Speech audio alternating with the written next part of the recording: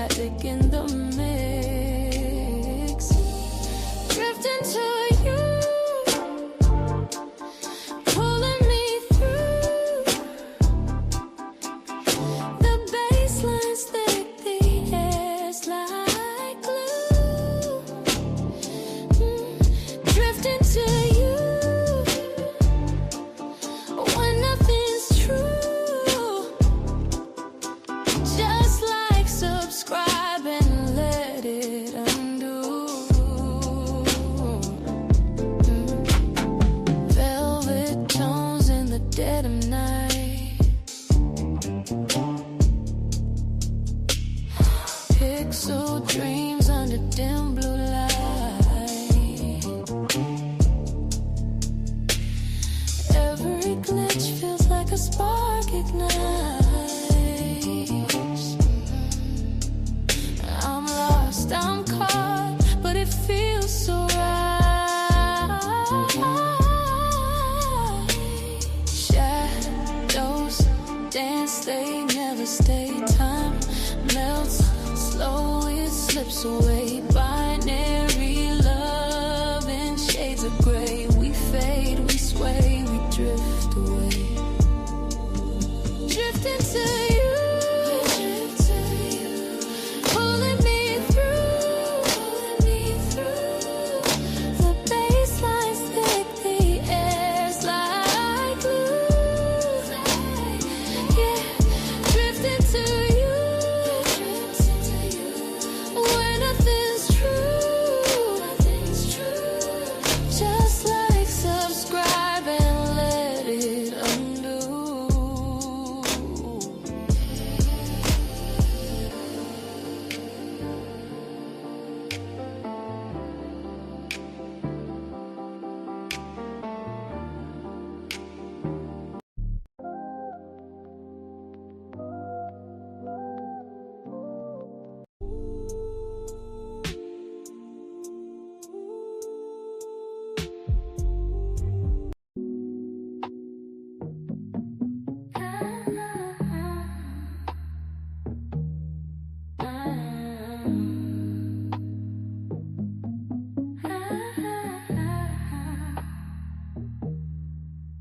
Sliding through the static glow, jamming, naming, got the flow.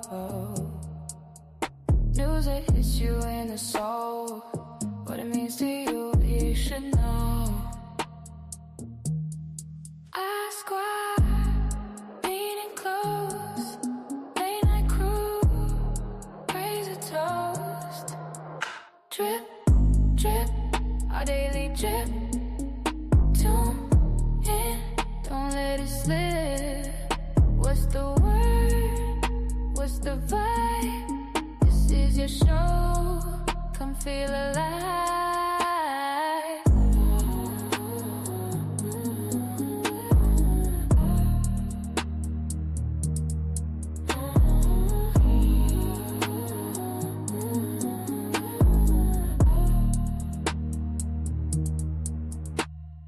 Headlines turn to real talk. Jam drops, jams while damn unlocks. Questions that make the clock stop. Late night thoughts in a backdrop. Ask why, leaning close. Late night crew, raise a toast. Drip, drip, a daily drip. Tune in, don't let it slip. What's the word?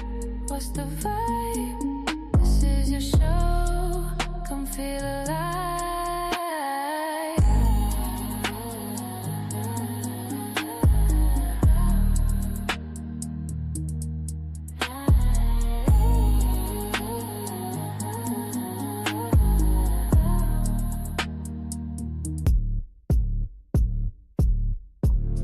Under moonlight glow, the vibe is tight. Gem and Dame on the mic till the break of night. We bring the heat while the city's asleep. News so deep, it'll make your soul weep. Late night thoughts flip. We break it down, what it means to you. Suburb fam is the thing to do. Late night trip, come and take a sip. Our squad's here, let your thoughts flip. We break it down, what it means to you. Suburb fam is the thing to do. West Coast breeze runs through the sound. We live the stories that shake the raindrops fall on city pavement, washing secrets in the dark. Daily drip, the crowd's amazement. Knowledge streaming comes to spark. Thunder in the nighttime sky. Get them ready. What up? What up?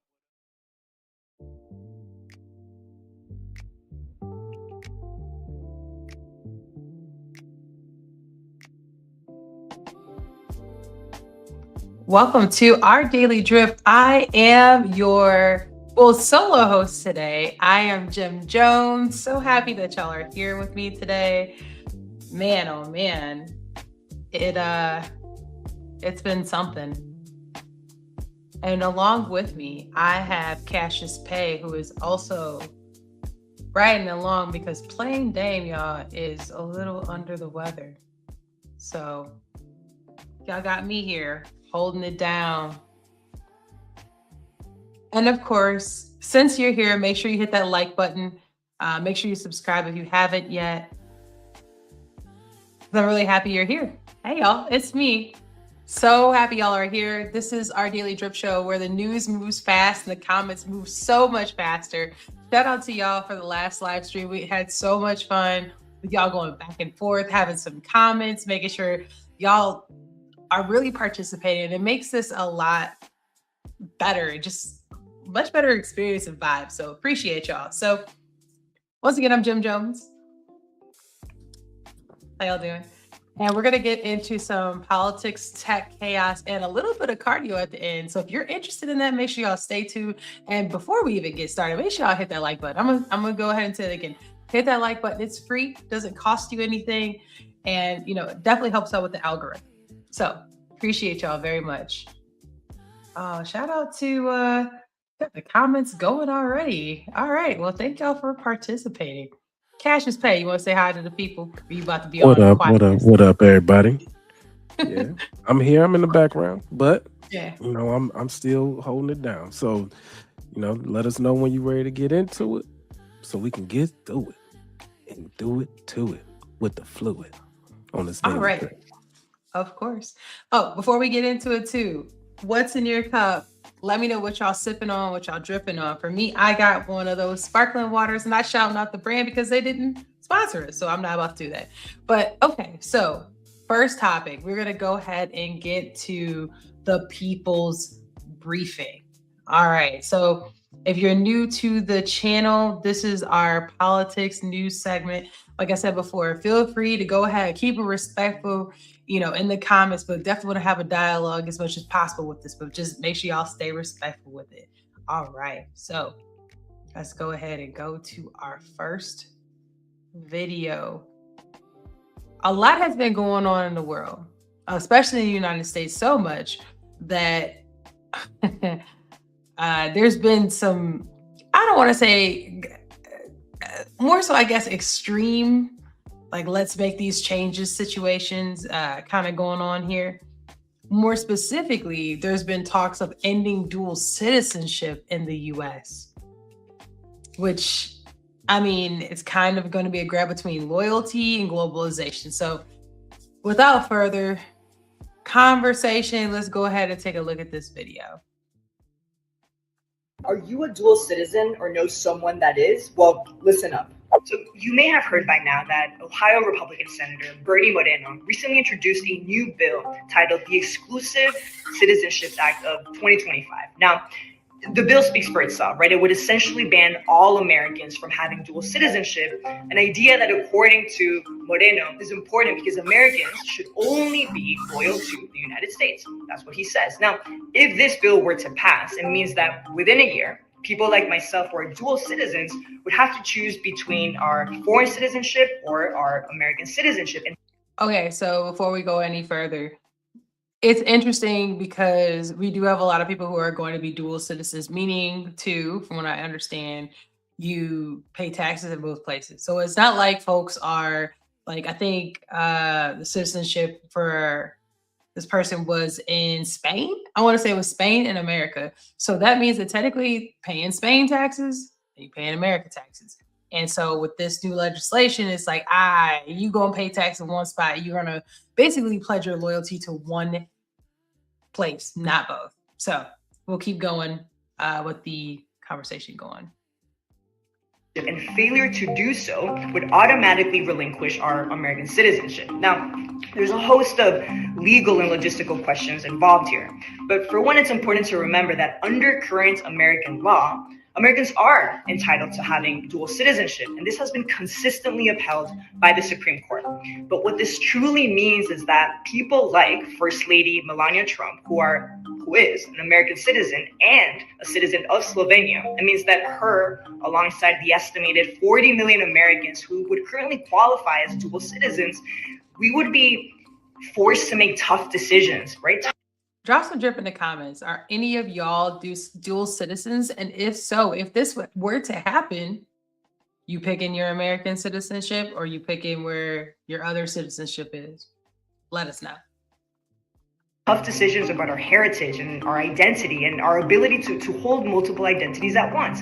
But these tough decisions, that does not amount to a test on our allegiance to the United States, right? It's just a way to feed into this very dangerous type of American nationalism with these arbitrary and fabricated loyalty tests that don't truly serve the public interest, that don't truly serve the safety of the United States. Do y'all think that this is a loyalty test? That's a very good question. Do y'all think this is a loyalty test, or do you think it's a way to hone in on what an American is? Once again, let's think back to what President Trump ran on. He ran on make America great again. So if that's the case, and you're like, you know what? If you really mess with America like that, you'll mess with them. Is that a loyalty test, or is that upholding what he kind of ran on? I'll be curious to know what y'all's thoughts are on that. We got some comments going on. Shout out to everybody who's joining in on the chat. So we're gonna finish this out, and then we'll see what y'all got to say on it. Remember, this is a time when the president of the United States is trying to make it easier for millionaires to enter the country through his gold card visa program. At the same time, it's important to remember what we've always known, that the cultural diversity of this country, our ability to be many things at once, that is a fundamental American principle. Drop some drip in the comments. Do y'all think that this is fundamental? Is it fundamental to rights? Is it fundamental to what it means to be an American? Or do you think this is a plus? It's a perk? Like, I guess my question would be, if I were, let's say, a citizen of another country, would we have the same criticisms of that country? I don't know if other countries kind of do that. I know it's a lot harder to get citizenship, especially in like we talked about like Sweden and Norway and Denmark and some other places. It's not like you just say I'm about to be a citizen. It's like you have a legit like purpose and sponsorship and all this other stuff that it takes to even have a chance. There's some key things. Like it's not like, you know, the US is the only country that potentially to not allow dual citizenship.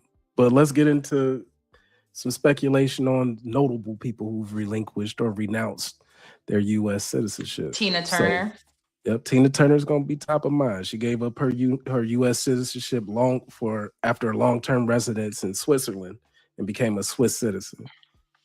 Eduardo Saverin, so that's Facebook co-founder. So he renounced his citizenship and became a citizen of Singapore. So it's widely reported as a tax and domicile-driven move for him. Jet Li relinquished his U.S. citizenship when he became a Singaporean citizen, Singapore doesn't allow dual citizenship. So that's one of the main reasons there. And what's up, Joe? I didn't get a chance to say what's up to It's you. George Clooney. That's what it was. So George Clooney was the newest to relinquish his citizenship and to become a French citizen. He had some social media posts where he was talking about. That's what I was trying to think of. Which I'm actually really surprised because he was on his Leonardo DiCaprio for a minute. Wasn't he dating like super young chicks for a long time? Wasn't George Clooney on that too? But No, I think he got married because he got married and had twins. But yeah, his that's wife is like Canadian, 47 is what it says. So his wife is 47. He and his wife are now French citizens. So they're an example, which I don't think George Clooney is French, is he? No, I believe his wife is. Oh, okay. Then that makes sense. Okay. Yep. But yeah, so drop some drip in the comments. Do y'all think that no love lost, like whatever? Or do you feel like this is an attack on people to basically be like, I am America and for America, really binding that by like you can't do both. For me, I don't understand why, like kind of like what Joe said, I don't know the legalities of it, but I don't understand why we would care that someone's dual citizen as long as they pay in the taxes.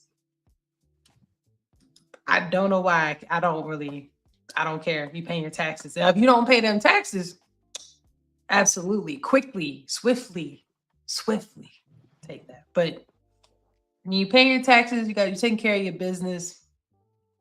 I don't know. I don't really.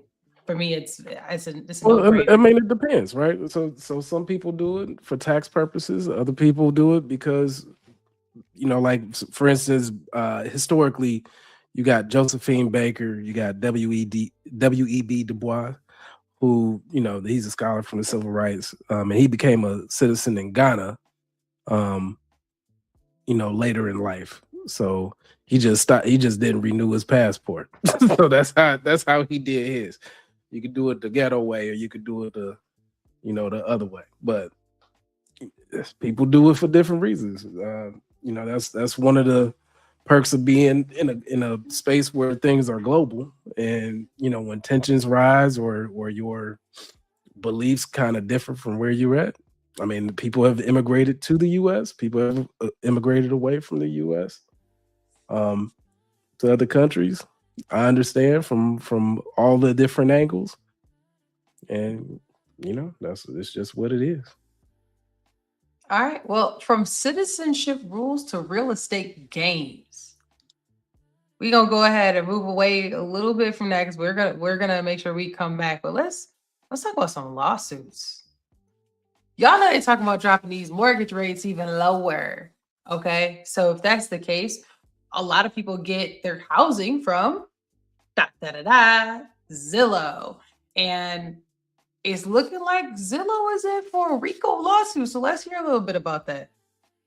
Zillow is facing a RICO lawsuit for fraudulent business practices intended to keep real estate agents' commissions as high as possible while taking hidden fees, as well as using high-pressure tactics to steer buyers towards Zillow home loans.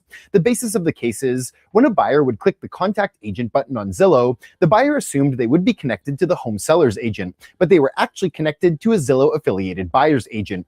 That's diabolical. He walking us through so you can see what he's talking about. You want to make sure you understand exactly what he's talking about.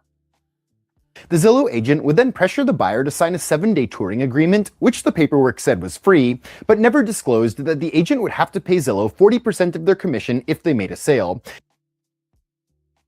40? You said 40%? 40%. So wait.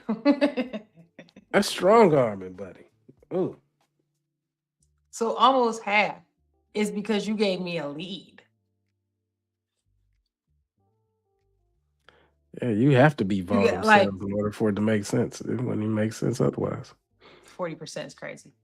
Meaning the agent had to keep their commission as high as possible. Zillow also pressured their agents to get buyers to sign up for Zillow home loans for their mortgage. And if agents did not get enough buyers to sign up for Zillow home loans, they wouldn't get as many leads, or they would be dropped from the platform altogether. So I'm giving you 40%. And then they got to go through your process, or you going to let me go anyway. Okay. Lawsuit alleges Zillow home loans rarely worked in the buyer's best interest. And to avoid putting anything in writing, Zillow managers would travel to real estate offices to deliver messages and give coaching to real estate agents on Zillow home loan quotas. Fun fact, Zillow is facing a RICO lawsuit. So I'm gonna give you these leads, right? So this, you got to go in person though. You go in, hey, how you doing? Let me pat you down. You don't got a wire on you, do you? Do you? So I'm gonna give you these leads, right? And I'm gonna take my money off top. Okay. Then hey. If they decide they want to go ahead and get this house, make sure they go through our loan process. You ain't do. Get out of here. How dare you? Which Zillow is a huge platform, right? They have a lot of houses. Obviously, if you go on like search for a house or go to search for I want rentals and such, it's definitely probably a top 3 to 5, probably top 3 sites that you're gonna get, right? But is it worth 40%? So, hey, everybody, hey, yeah, we just broke 100,000 leads. Just know that if any of you in the audience are cops and you don't tell us, it's entrapment. Just know that, okay? We don't play those games here at Zillow. It's definitely, to me, it's giving monopoly like vibes. You're strong arm, to me, you're strong arming this because you know that your platform is so big.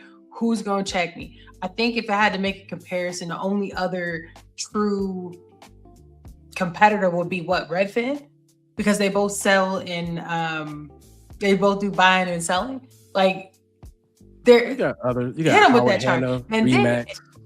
There's a bunch of them, but just not as big. That started the whole online push. But also, I think, and correct me if I'm wrong, Howard Hanna, they only do the houses that they promote. If I'm not mistaken, Zillow pulls any house. Like if, let's say your house next door was sold, you can go look it up and it'll come up on Zillow of like how much that house sold for, even though they didn't sell it through their platform. Versus Howard Hanna, I don't know if they work like that. I'm pretty sure it's only so you about to get people, they whoever is agents in the comments, you're gonna get them all riled up. Anybody can look up stuff in the NMLS. So that's, I mean, that's fine. But I'm talking about like regular people. But you if got I want to look up I'm saying like if I want to look up my neighbor's house, right? Like I can't, if I go on Howard Hanna, I correct me if I'm wrong, but like Howard Hanna shows stuff that they use, like houses that they have, they're promoting, not everything. And that's Redfin and Zillow are showing everything. So if they're strong arming, basically the agent's like, yo, look, you know, I got access to everything. You over here, you messing with Howard Hanna over there. You need to come over here and mess with me because I got access to all the stuff. And then as soon as it go on the market, baby, I know, and I know how much it's sold for, and I know all this other stuff because I'm tapped in, I'm plugged in. Versus Howard Hanna's like, we mess with who we mess with, and so I agree with them. It sounds like they're gonna have a case, but we gonna keep this close because it sounds like they think that they bigger than what they should be potentially. But I will say this might be the first time I've heard of like a housing platform have legal stuff come to them. Drop some drip in the comments if y'all have heard of another housing platform that has like a lawsuit coming at them like that. Because Zillow and Redfin are one of the only ones that do like buying and renting and selling. So I don't know. We'll see if they start making some changes. What else we got? Joe said Redfin got sued for monopolizing with Zillow to control the market. We'll see. There we go. So yeah, I mean, they were not forcing, but you essentially force, like brokers to buy your leads, at a you giving it up unfavorable rate, and all 40% is diabolical. That's where it's at. Everybody goes. It's like going to Google, so it's basically gonna end up being like an Ohio Bell situation, or where all the Bells got broke up, but we're probably a long way away from that. Well, we say a lot of things are a long way away. So if you thought property was safe, wait till we get to digital. What am I talking about, y'all? We talking about how California trying to come and get y'all Bitcoin. Y'all hear about that yet? Kelly said, nah. Run me my money. Run me that. Let's check it out. Oh, let me make sure I get the, there we go. Framework to legitimize digital assets, also known as cryptocurrency and blockchain, and unclaimed property law. California must protect consumer assets and embrace the legal recognition of digital assets, crypto and blockchain, as we continue to modernize our economy and the systems in our society. With that, I respectfully ask for a yes vote. Thank you, Assemblymember Valencia. All debate having ceased, the clerk will open the roll. All members vote who desire to vote. Now, that bell was not needed. That bell was not needed. That was a sinister ass bell. Right, like, ooh, I've come I had to to stop take that. your money. Members vote who desire to vote. All members vote who desire to vote. Clerk will close the roll, tally the votes. Ayes 69, no 0. The measure passes. File item 186. So, what y'all think? Do you think that if you don't touch your Bitcoin, that the government should be like, oh, you ain't really using it, so let me get that. Give me that. Take that, take that. Well, I mean, like, the transactions are technically public anyway, but Except you haven't touched it. It's been 3 years. You ain't worried about it. Let me get some of that money. Let me get that money. You don't care about it. It's almost like it's what do they call it? Like dormant account. So, for example, in banking, for those people who don't know, after a certain amount of time, which I don't remember how much, but after a certain amount of time, if you don't do any transactions with your actual account, it goes into dormant. Then they start charging you fees because, hey, you ain't using this money. I'm gonna charge you this fee. So they charge you fees. So you'll look up, let's say you had $1,000 in there, you ain't touched it in 10 years. You'll look up and you're like, oh, you know what? I'll go check on this account. Well, it has the $1,000 plus whatever interest you had, but then they gonna hit you with that dormant fee every month. Like you ain't using it, so we gonna take some money out. That's what it sounds like to me. When I'm supposed to log into a cold wallet, like that doesn't make sense.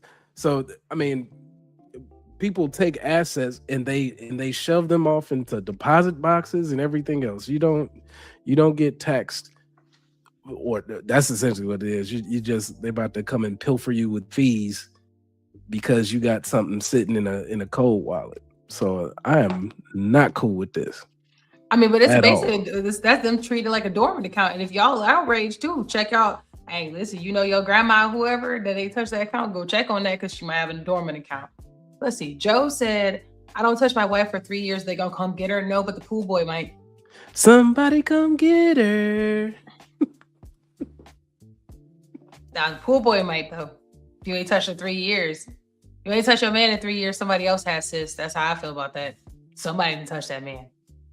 Stripper, side chick, somebody touch your man. If you ain't touched your man in 3 years, girl, you need to go touch your man. But that's not your man. As far as the dude, I mean, my question would be, drop some drip in the comments. Y'all don't be touching y'all girl for years. Like, we like overlooking the issue here. That somebody with 3 years with a wife, meaning that you're married. We all the way off. We I'm just all the saying. way off course right now. I'm sorry. That just threw me off. All right, y'all. So drop some drip in the comments. Y'all got Bitcoin. Y'all disagree with them being able to seize your assets? Essentially, that's what it is. Don't say that you got Bitcoin in the comments. Don't do that. No, don't tell me you got Bitcoin, but do you believe that that's seizing your assets? And ironically, too, I will say, I'm not surprised that it's California, right? Like California is just diabolical. Like they like almost always have the most stringent, like trying to get your money type of thing. And it makes sense because they do distribute the wealth of their state differently than probably the rest of the state. So they got to be getting it from somewhere. They're about to get it from y'all Bitcoin. Y'all better figure that out. So let's talk about, I can't even believe we're about to go into this. From digital gold to economic survival mode, y'all. What we about to talk about is Venezuela. But more specifically on Venezuela, I want to share with y'all this Instagram video. Some of y'all might have seen this before. I think it's from a movie. I don't know what movie it's from, but it's interesting because it's an interesting take on Venezuela. Drop some drip in the comments. Let me know what y'all think about this. Oh, let me get the volume on. Here we go. You assume is the most major threat on the world stage? Anybody, just call it out. You don't have to raise your hand. Definitely Russia. Definitely Russia. That's confident. I like it. Who says Russia? Anybody agree with her? Hands? Okay. Great. Who else? China. Stop yelling at me, but China is a good answer. Anybody? Who else? China? North Korea? North Korea. Any North Korea takers? And Venezuela? Anybody? No? Oh, yeah. One guy in the back. A little worried about Venezuela. Everybody's cool with Venezuela? No threat? Okay. Let me ask you this. Which one of these places can claim to have the largest oil deposit on the planet? More than Saudi? More than Iran? Wow. Drop some drip in the comments. Did y'all know that? I think most of the world probably know about the whole, oil situation at this point. It's been a big talking point for the past couple of days. So I would assume most people know this, but this is interesting on this movie. Also, drop some drip in the comments if y'all know what this movie's name is. It's pretty interesting. Wow. Okay. What about things like gold? More than all the mines in Africa combined? The fact is that Venezuela is arguably the single greatest resource of oil and minerals on the planet. So, why is this country in the midst of one of the greatest humanitarian crises in modern history? Let's meet President Nicolas Reyes.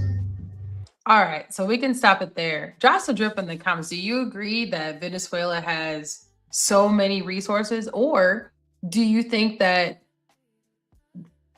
capturing Maduro, which is essentially where we're going with this, was necessary to liberate the Venezuelan people? I saw a LinkedIn post of someone talking about they were from Venezuela and that they didn't want Maduro under power. And, at the same time, they consider it to be liberated. On the flip side of that, I've also seen comments where people say, don't be fooled, because it seems like liberating people, but then we're going to come in and take your resources. Curious to know what y'all think. There's a lot going on right now. And as we continue down this path, I think it's going to end up getting spicy. Let's see, Venezuela. So Joe dropped a comment. U.S. oil companies were in Venezuela. I am curious to know if they'll go back. I don't know if the juice is worth the squeeze for them. I'd be curious to see that. I think that it's a fair question to actually understand what our motives are. Now, I did also see a video where President Trump pretty much was like, listen, we pulling up, we getting oil. So to me, obviously that's a reason why we're pulling up on Venezuela. It may not be the only reason, but it's definitely up there. It's definitely up there. My question for y'all, and y'all ain't got to respond in the comments, just to kind of think about, even though there are resources available, and it sounds like it ain't like everybody was for Maduro, right? Was this the proper way to do it, or was there another way? Do we feel like this still puts us in the forefront of leadership and being leaders, pulling up like this? Did we feel like we needed to do this way? Sometimes, in some situations, not gonna lie, sometimes there's situations where you got to pull up and let people know, I'm here. My question is, was this a reason? Was this a situation that we had to actually do that? I would be curious to know what y'all think. And I gotta make sure. Got this here. Let me know. All right. So, we got another. Oh, that's interesting. Well, that's interesting you bring that up. I didn't bring this video up because I didn't want to get into it, but Joe said that Biden said Trump won't do anything to Maduro. Then Maduro called Trump a coward. Trump said, hold my Diet Coke. That's funny. I found a video also where the Democratic leaders were like, "Listen, Maduro is not good for good for Venezuela. You know, essentially, he needs to be gone." So I mean, it sounds like the general consensus was that everybody wanted Maduro out from like a political standpoint. It's just nobody was gonna do it. And Trump was like, not only am I gonna do it, but like I'm gonna come in, I'm about to take their stuff too. Like that oil is mine. I'm about to run it. I'm running y'all. So that's my take on that. But my real question for us to really think about this, and that's the purpose of some of this dialogue is, did we have to do it that way? Was there another way? I guess we'll never know, but we're gonna bring it back home. I think a lot of people, are torn by it because of just the way that it's done. Usually, you don't take whole heads of state because, although legally is not a formal declaration of war, it is an act of war in a sense by using armed force against another state. So that's really where a lot of people are saying that he's crossing the line. It's not technically a law enforcement move, right? But in this case, Congress did not pass a declaration of war. Instead, the president ordered a one-off, though major one-off military raid and subsequent coercive measures with the oil control, the strikes, the blockade. Doing all that without formal steps has been something that has not been seen in quite some time.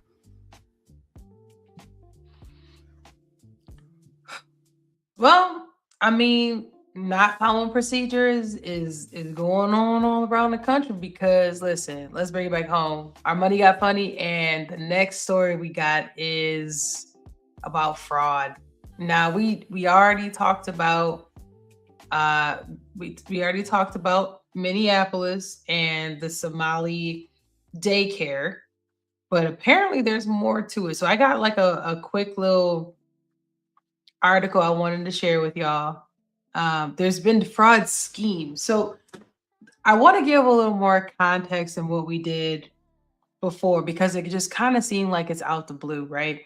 All of a sudden, Nick Shirley pulling up saying daycares is fraudulent. Look at this Somali daycare. But it sounds like this is CBS News, January 5th, from Jonah Kaplan and Joe Walsh, that this is not the only instance. Like fraud is actually just kind of a known problem. I know we talked about Tim Walz and company basically going in and knowing that there's some issues, but this is not just a small issue. So federal prosecutors estimate about $9 billion.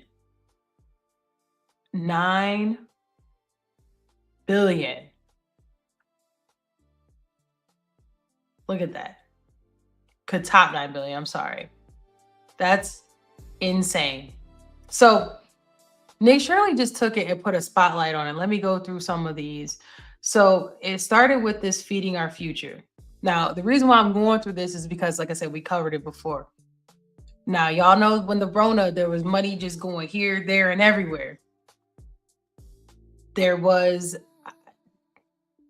these different feeding our future, $250 million scheme. Claimed to work with restaurants and caterers to distribute meals to schools and extracurricular programs, but instead, fake. This person convicted this year. So hold on, let's go back. Y'all know the Rona was years ago. They just now convicting this person here. They question their filings, right? But they're still making money. The federal prosecutors are calling this the largest pandemic era fraud in the US. Now, that's wild when we're thinking about the PPP loans. So they're saying this is worse than the PPP loans. Not just this. They're also, if you go through this, and I can drop the link to this, there's low barriers to housing. So they got housing fraud going on. They have I had a video for this. We're not going to talk about it, but there's autism fraud. Like this one, it says, provide services to children with autism. They're accused of unqualified behavioral technicians and submitting claims false that indicated they work with children enrolled in the program. Now, what does that mean? So anybody who's ever worked with kids with special needs, right? Like you have to get like a special certification to say, I do this line of work, right? That's pretty standard with anything that's some type of professional degree or professional certification. What they're saying here is that instead of paying, Jill, who knows how to do the correct things, they pulling their cousin Jimmy coming in straight jacket. But they're not following the process. They're doing what they're doing. Fraudulent food distribution as part of, but it's going back to this feeding our future, right? Then we get to the daycares, and this is what we get to Nick Shirley. So if you didn't catch our last live stream, go back and check that out. But I wanted to give some more context that this is a big deal, because this is not just, it's one place where they misspelled learning with the leaning center. This is not a one-off scenario. A matter of fact, from what I understand, that daycare now is shut down. So that's suspicious. I don't know why they didn't just leave it open. Drop some drip in the comments. Do y'all think that the fraud is because someone can, or do you think the fraud is due to ignorance, not having good oversight over it, other factors? I would love to know what y'all think on that. But for me, Minnesota just knows this is happening. It just like they just kind of like trying to ignore it. That I don't understand, because you're going to hurt your people. So that's all I got on that one. Drop some drip in the comments if y'all feel strongly about it, because the last week y'all was going back and forth about the daycare situation, and there's the reason why people are so hot and shining a spotlight on it is because there's more to it, and I just wanted to bring that to the forefront for y'all. Joe said, I think it's because someone can, because of ignorance and lack of oversight. Yeah, I mean, the lack of financial discipline, fiscal fortitude, whatever you want to call it. Mama, I hit a lick. That's really what this is. And then everybody get up in there because it's, the swimwear is there. And when the pool got water in it, everybody want to jump in. That's how it kind of go. When it come to, certain programs where, hey, there's a program where all you got to do, you got to sign up, you get a grant, and all of a sudden you could have your own daycare and all that kind of stuff. And if somebody in there rubber stamping everything, many of these places where people come from is pay for play, it's fraudulent. There's a lot of corruption that goes on, and it just proves that some of the ideals that we held as far as what the United States is and has been, as far as some of these programs, as far as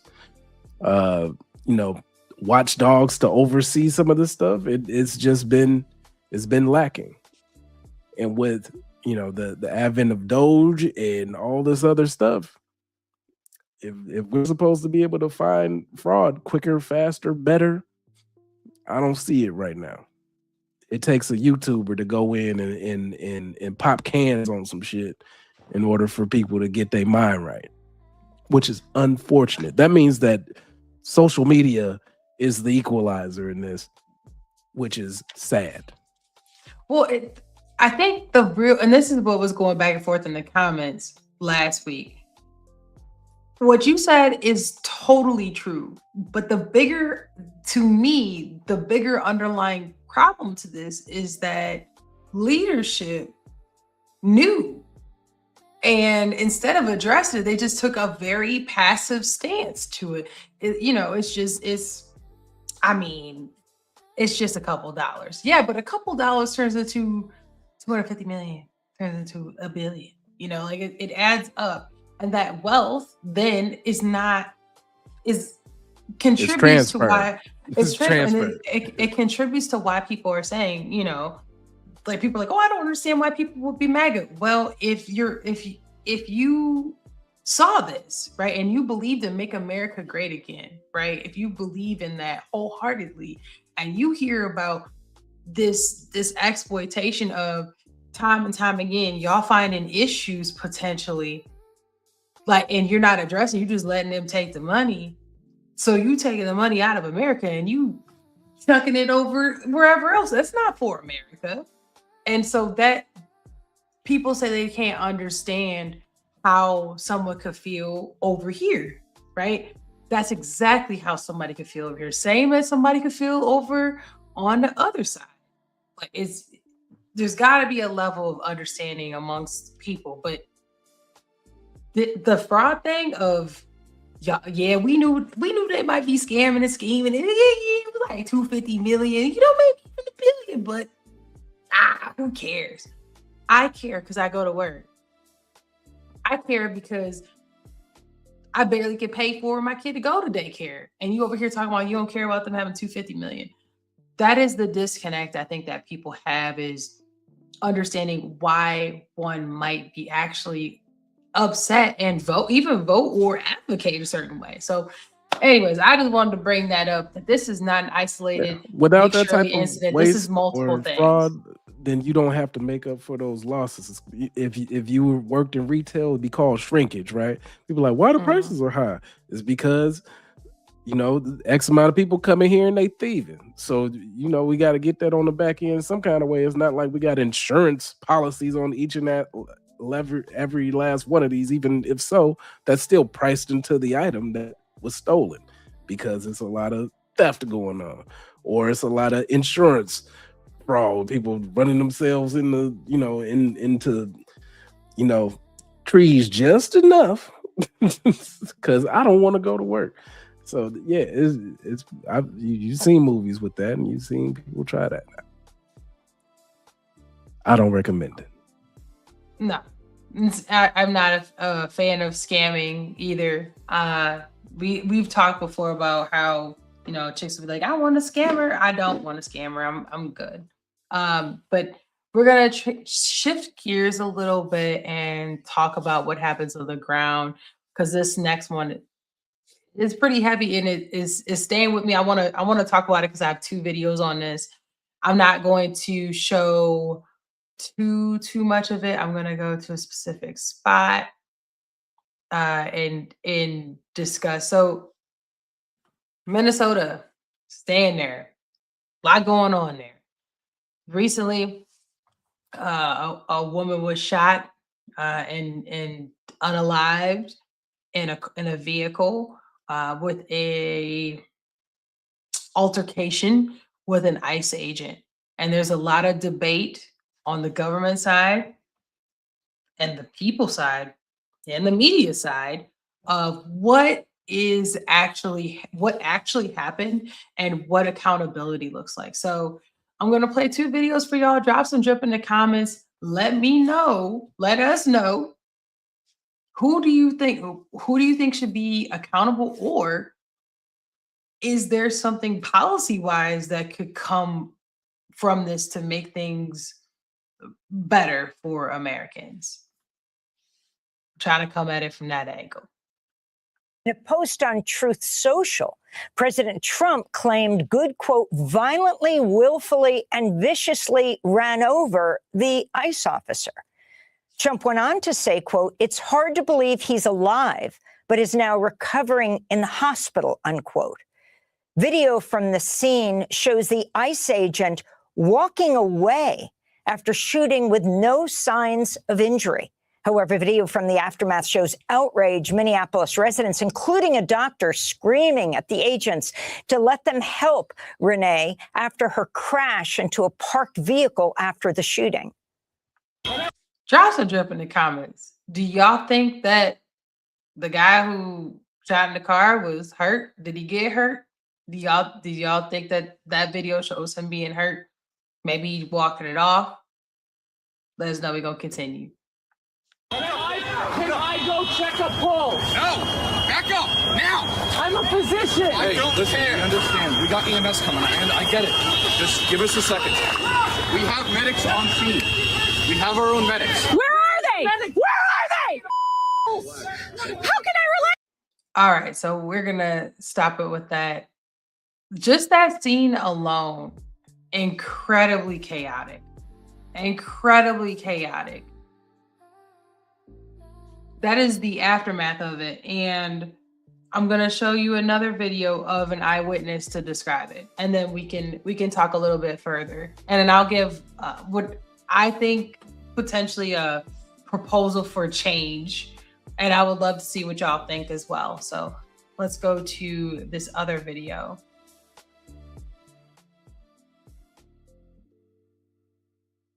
Mr. Bentley, do you mind breaking down what exactly you saw this morning? Basically, ladies trying to warn everyone ICE is in the neighborhood. Just letting them know, hey, and telling ICE, hey, you're destroying families, whatnot. Stop doing this. Hey, get out of here. Stop that. She reversed so traffic can go by. The pickup truck, gray pickup truck, officer ICE got out and was telling her, hey, well, didn't tell her anything, really, just telling her what, I'm going to open up your door and I'm going to get you out. Now, this eyewitness is merely going to tell you what he saw. So that's the purpose of this. I wanted to show the video of what was said about the incident, and then I want y'all to listen to someone describe what they saw. So he is telling you what he saw and heard. And that's when the shooting happened, and the car took off, and then it sped off and crashed right into the cars. And Mr. Bentley, DHS is calling this domestic terrorism. They're saying that the officer shot in self-defense. Does that match up with what you saw this morning? I have no comment on that. I just can only tell you what I seen, and that's it. That's it. I don't know. I'm not a lawyer. I'm not a none of that. I don't know the law like that, but I just know that I seen what I seen. I didn't, I just felt like the officer shouldn't have shot the gun. That's all.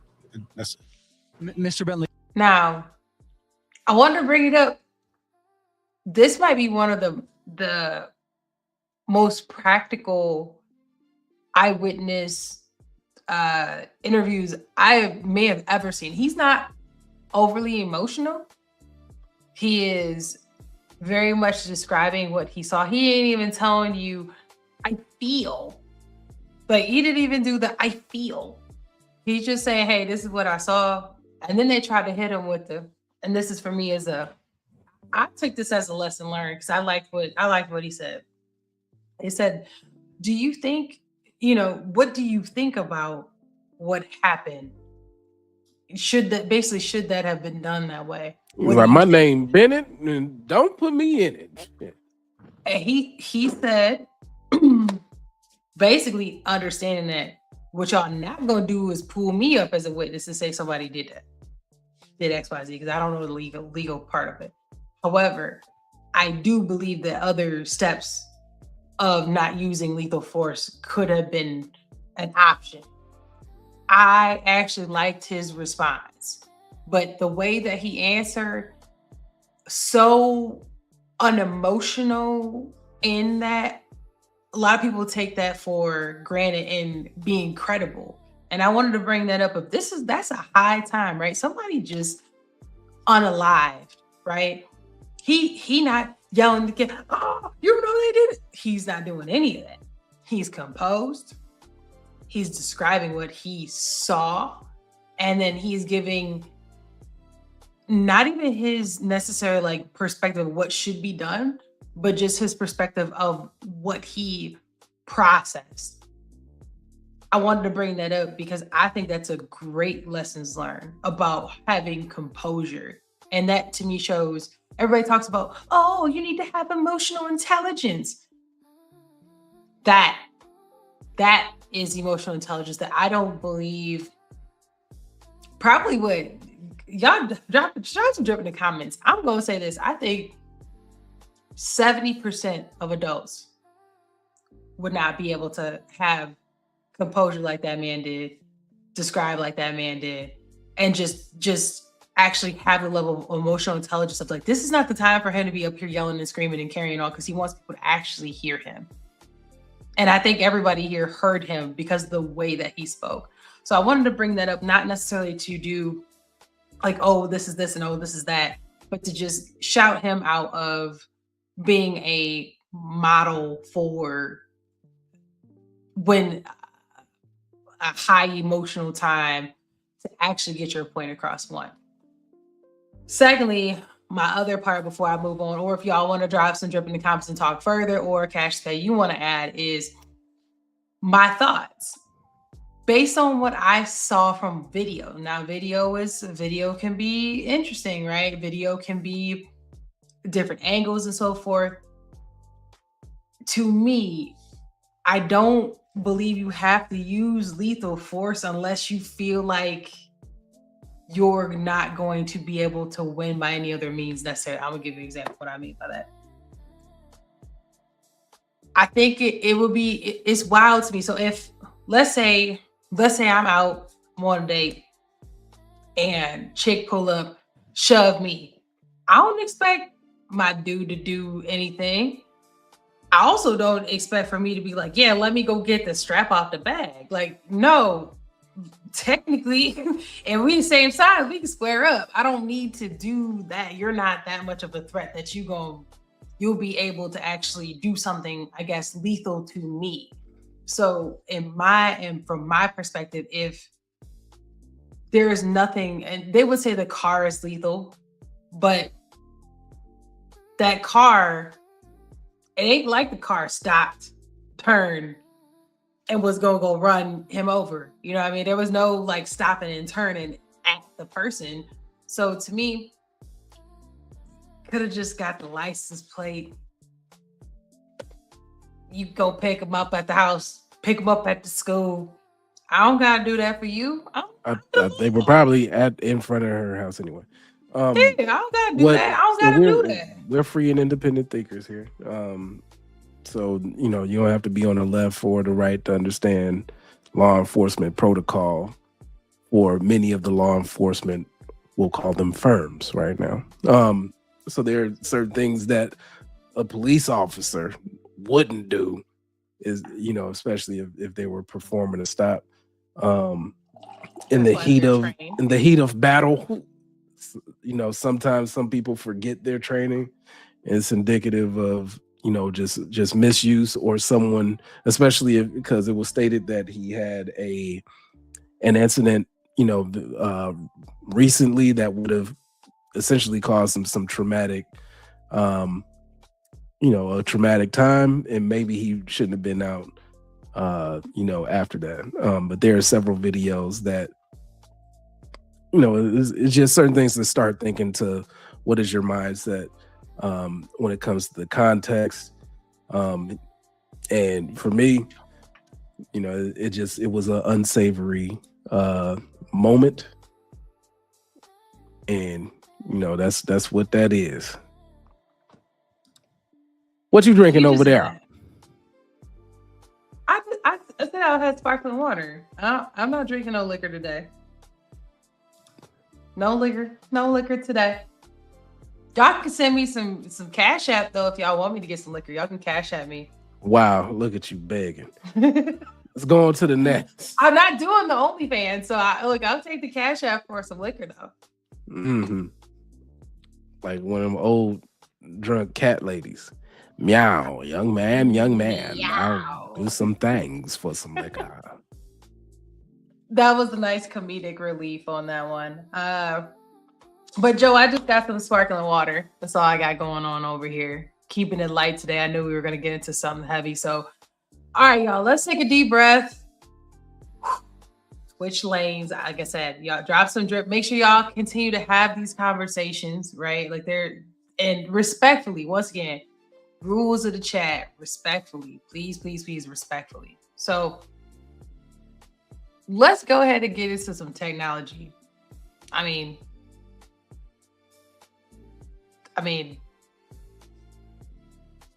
technology can be just as scary. And in this case, not necessarily scary per se, like, you know, what happened in what we just talked about. But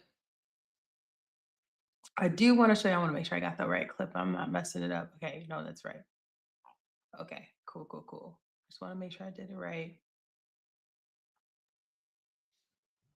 Let's talk about price changes. Digital price change. Now, I done told y'all and talk tacky to me that these companies are going to do everything they can to nickel and dime stuff. But here we go. Let's talk about digital price tags. Look, these price tags started updating right in front of me. This is crazy, dude. Oh my God, that cup went up in price. I wish I would have, I had to like get my camera going, right? So there was a delay. Dude, this was under $2. I don't know. I don't remember exactly. Maybe it was like $1.98. Now it's $2.18, but like, oh wait, did that just go down? I'm trying to see if I can catch it on camera. I've never been in a store and actually watched the price of something go up right in front of me as I walked up to buy it. And now it's He's never bought a now car. it's glitched out and it isn't showing the price anymore. I'm not sure what's going on here. All the rest of them seem to have stabilized. Maybe. So he could be capped, right? Or he could be telling the truth. Remind me of gas when they talking about credit versus cash prices. Like they still do that. Get that out of here. They still do that. That's still a thing.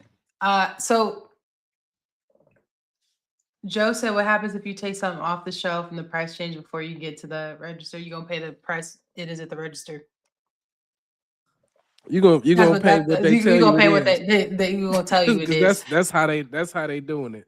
It's like they like people don't check receipts, they just swiping cards. You thought it was $2.18, you get up there, it's $3.48. It don't matter. Swipe that card. Get it. You got it. We know you got it because we already tracked your phone when you came in here. So we already know what you got in your wallet anyway. And if not, then if you live in California, we gonna take it out your crypto wallet. So it don't matter. Give me the money. Now. So the digital pricing. Now. It's probably going to be called something like dynamic pricing is probably what they'll end up calling it. But that is concerning. It's concerning because if you're somebody living on a budget, for example, that would be tough to go in and purchase because especially people on fixed incomes.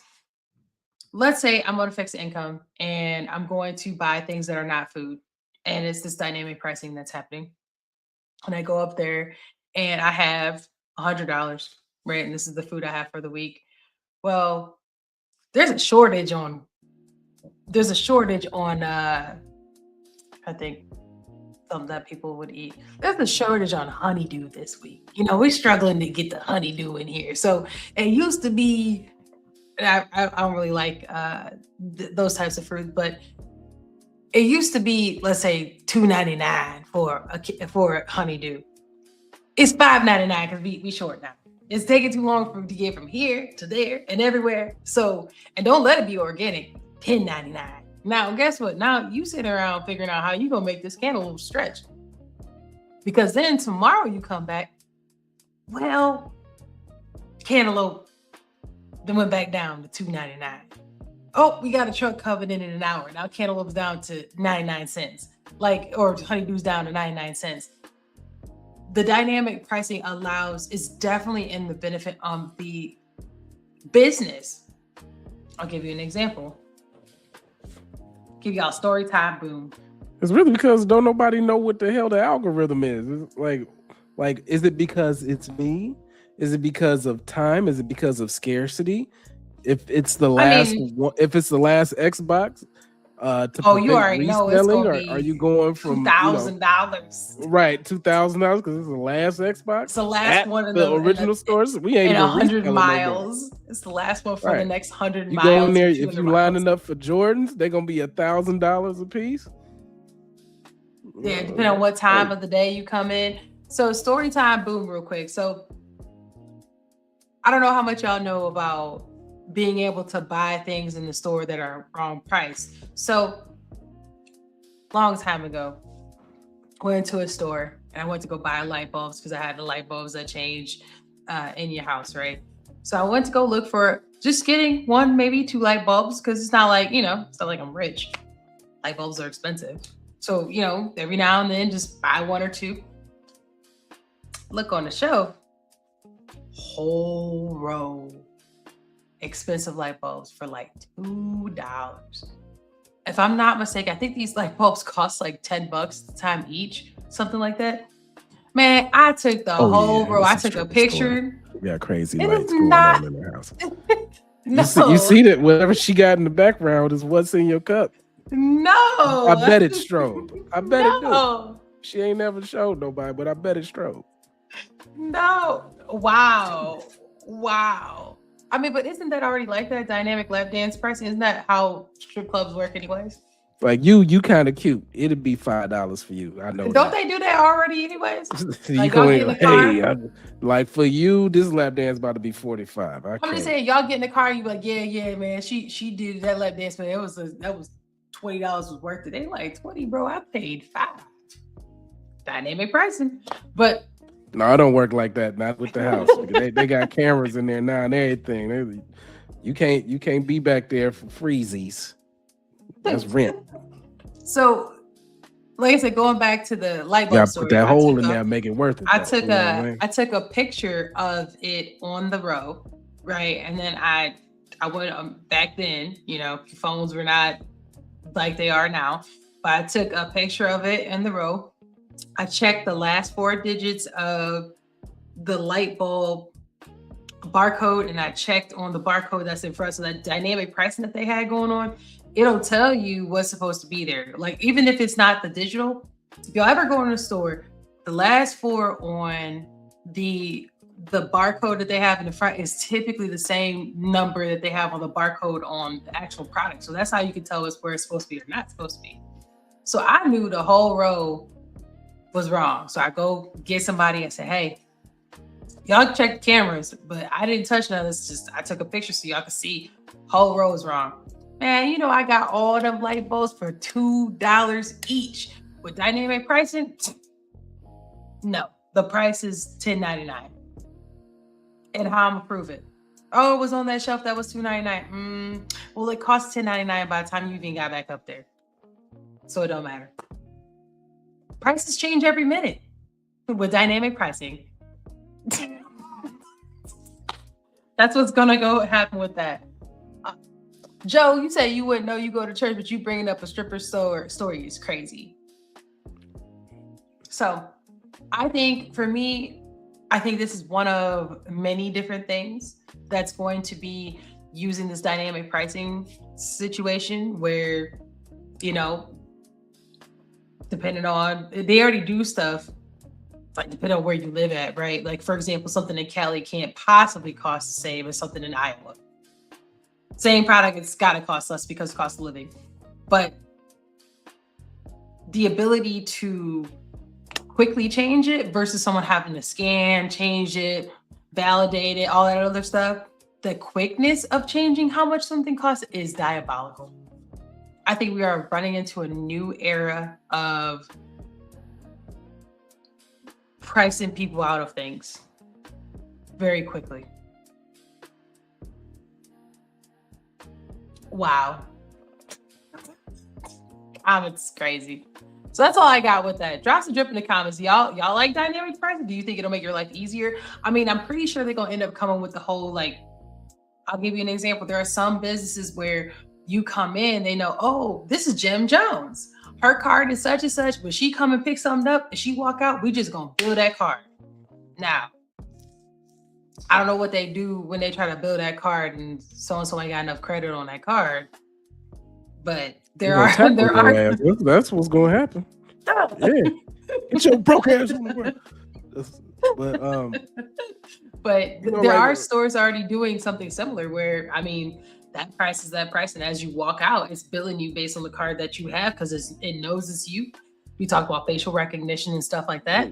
They do the same thing now with airline tickets. If you buy them and you're located in one city, it's going to be a higher price than buying that same ticket being from one city, from another city. So if you're in a low cost region and you are you talking about that airplane pricing situations? Yeah, piss me off.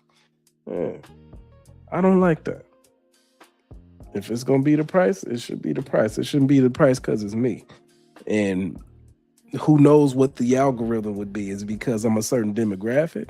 Is it because of the zip code that I'm in? The zip code is a high crime zip code, so therefore I must pay more because I'm risky when I come into the store. Like there's so much that's going into this that is unsavory, that it's screaming for and no regulation. Equal opportunity. Remember, no regulation. We got to hold on that regulation at the state level. So keep your eyes on that. But I'm glad you brought up Church Joe. You talked about you hate the sinners. What let me see. He said he loved the sinners, hate the sin. That's what he said. Yeah. So speaking of that, let's talk about values. Lighten it up a bit. Y'all ready? Y'all ready to hear what's going on with the black churches?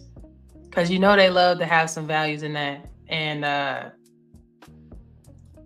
it's getting wild. I've never seen anything like this. So let's go ahead and get to it. I'm about to show y'all is just a few of many examples of how modern day preachers have turned these churches into wild and out. And quite frankly, I'm here for it because I'm a silly man. Therefore, I am very entertained by this.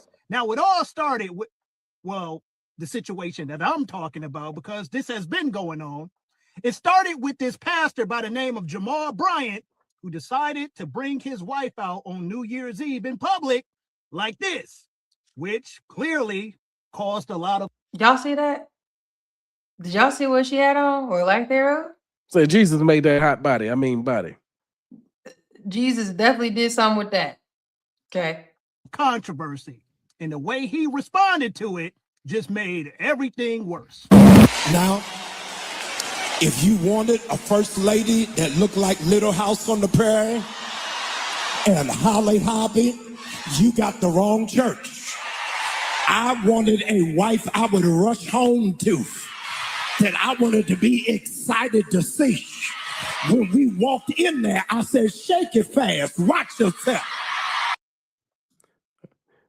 He's pandering to, you already heard who was cheering and all of that kind of stuff. You gonna get to it. Yeah. If you don't have nobody that you're excited about, trade that booger in and find the book you of somebody. It was where that hymn came from. The book of Mr. Cal. Wow. He said, if you don't have somebody that you're excited about, trade them in and find somebody that you will be. All right, now they in there cheering for that. I don't know. This is the church. It sounds good. Yeah, it sounds good. He about to be like, wicka, wicka, wicka. All right, let's go ahead. That Negroes can talk about. How did you bag that? Look at the black woman. Yes, yes. Tell me more things that I want to hear. Man, I know they made it rain on his black ass that day. But anyway, this is how another preacher responded to his response by the name of Bishop Woodard. So I guess our objection to a man of the cloth presenting his wife in public looking like a $2 whore. Not a few dollar, but a $2. Brother Johnson Wow. said, "Oh my goodness." Yeah, so this is the beef, all right? So we go continue down. This is the whole beef going on.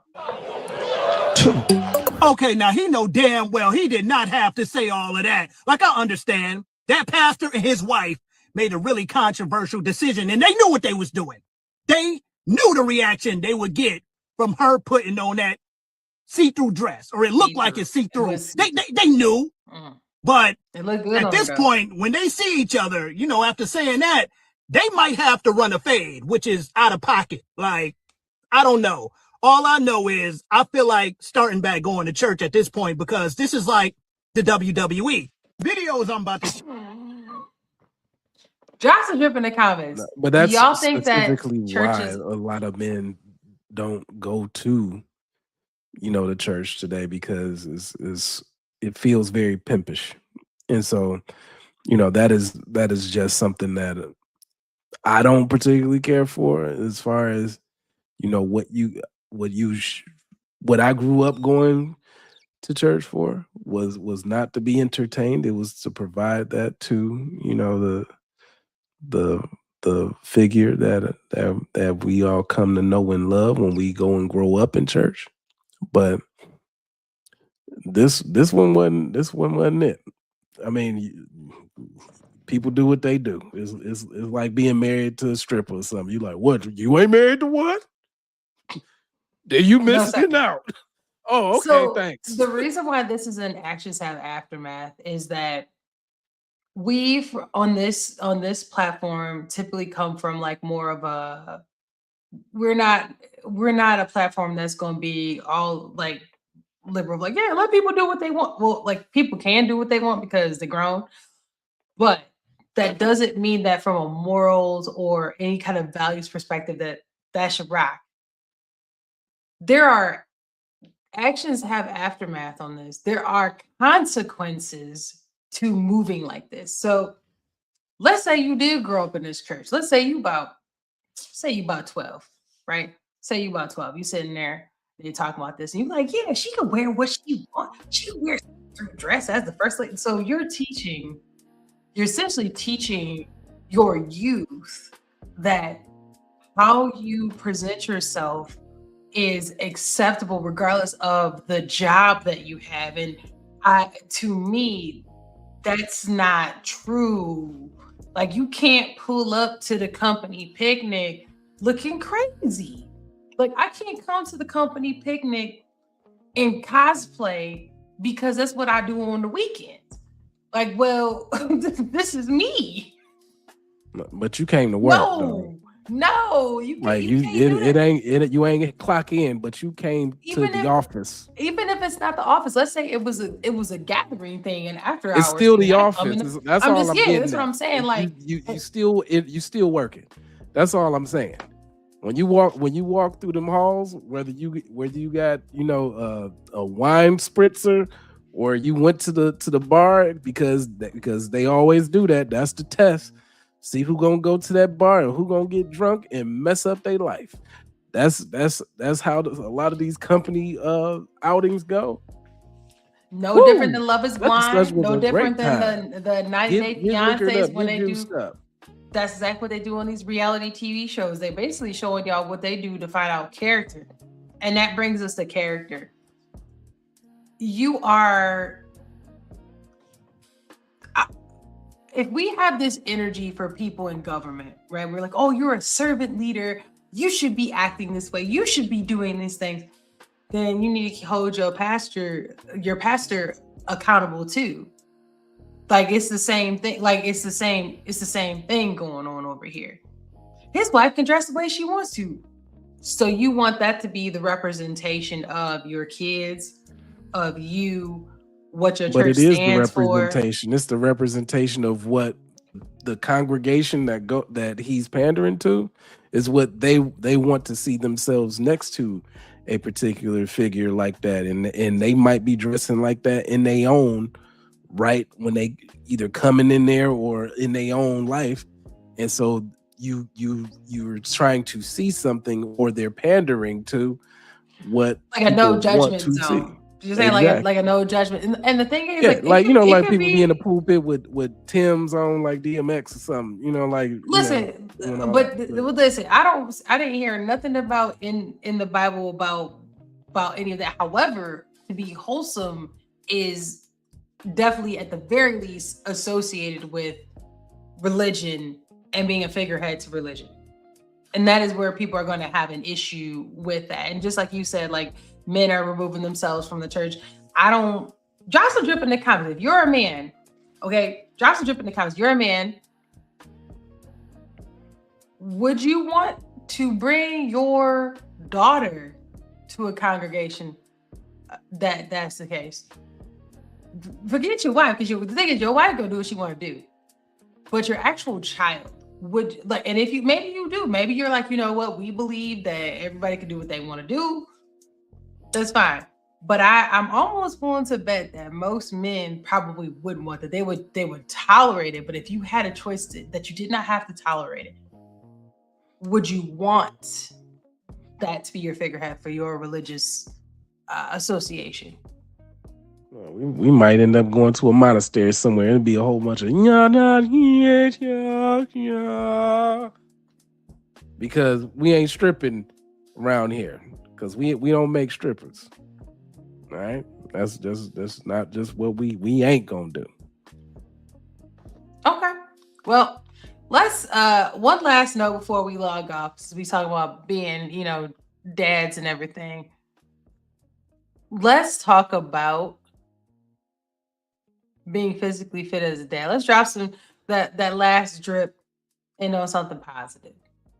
I thought I should be physically fit as a dad in 60 fucking seconds. Number one, I'm not trying to look like a 21-year-old model no more. I'm trying to fucking survive parenthood, bro. I need stamina just to fucking lift car seats, chase my fucking toddlers, and carry 27 grocery bags like it's the fucking Olympics. Number two, my kids don't listen to what I say. They copy what I do. If all they see is me fucking tired, stressed, and sitting on the fucking couch eating Haagen-Dazs, guess what happens? They gonna fucking inherit. Number three, a fit dad to me isn't training for aesthetics. I'm training for longevity. I want to walk my daughters down the aisle without needing knee braces in a fucking prayer circle. Number four, strength gives me patience. When my body feels good, my mind ain't snapping over spilled milk, loud toys, or a tantrum in the aisle fucking 8. Half of dad anger is just sleep deprivation and low protein and no fucking hydration. Number five, being fit to me as a dad means that you can protect, provide, and fucking play. Not just pay bills and breathing fucking heavy at the playground. Our families depend on our discipline, not our fucking excuses. And last but not least, I'm not just building muscle. I'm building memories, leadership, examples, and a future where my kids never have to ask, why is dad always fucking tired? Boom, saved your ass dad bod, regret, medical bills, and one embarrassing gasping for air moment at the trampoline fucking park. Now Venmo me $5. Drop some drip in the comments. Y'all agree? Y'all disagree? Do you feel like that was motivational? Do you feel like it wasn't? I think it would be preaching to the choir for those who are disciplined, and there'd be other people that have excuses for why the hell they can't do something or ain't gonna do something, wasn't gonna do something. Is you living on two sides of the coin. Unfortunately, it's more people that have excuses for why they can't or won't or shouldn't than just getting up and do. So, from my perspective, you can't get ready if you stay ready. So whether it's fatherhood or not, you do that because you want to have energy when you go into the office. You don't need 4 or 5 cups of coffee. If you get yourself together and you do right, you outwork your your peers, and you outwork the competition, because it starts in the kitchen, ends at the bed when you go to sleep and you have proper sleep and nutrition. So you aligning with Joe. You said talking about it ends in the bed. You said I'm not a fit dad, but I'm working on being a fit daddy. Ha! That was a good one. That was aimed at you. I'm not reading that. That's fine. I read it. It's funny. All right. I think he definitely talked about being disciplined, but he was just giving reasons why to have discipline is something to have for, is worth fighting for. So shout out to him for sharing that with us. I just wanted to end on some positive drip. I think he did do a lot of cussing though, but outside of the cussing, I think it was a very good message. All right, y'all, that's all that I have. We're getting ready to land this plane and be done with all of this for the night, with tonight's stream. So protect your body, your data, and your peace. Make sure that y'all are taking care of yourselves. Make sure you stretch, hydrate, question everything, and come back here and drop some drip with us. We very much appreciate y'all. If you have not hit that like button, do so. Cost you nothing to do it. If you haven't subscribed, do that. Share this with 2 people you like and someone you don't. Thanks for dripping with us. It's been a pretty decent show. Hopefully we have Plain Dane back next week. But if not, I'm still going to be here dripping with y'all next week. Make sure y'all check us out. We're here every Friday night. We're on all the platforms. You can check them out below. Shout out to Cassius Pay for being here with us. Let's go 2026. We in here. All right, y'all. We out of here. In this frame of endless drip,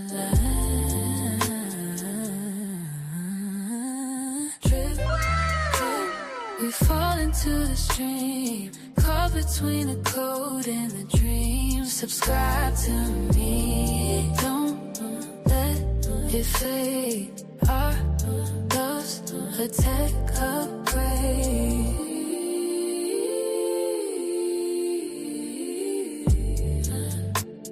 Your voice is a waveform, smooth, divine. Graduate whispers.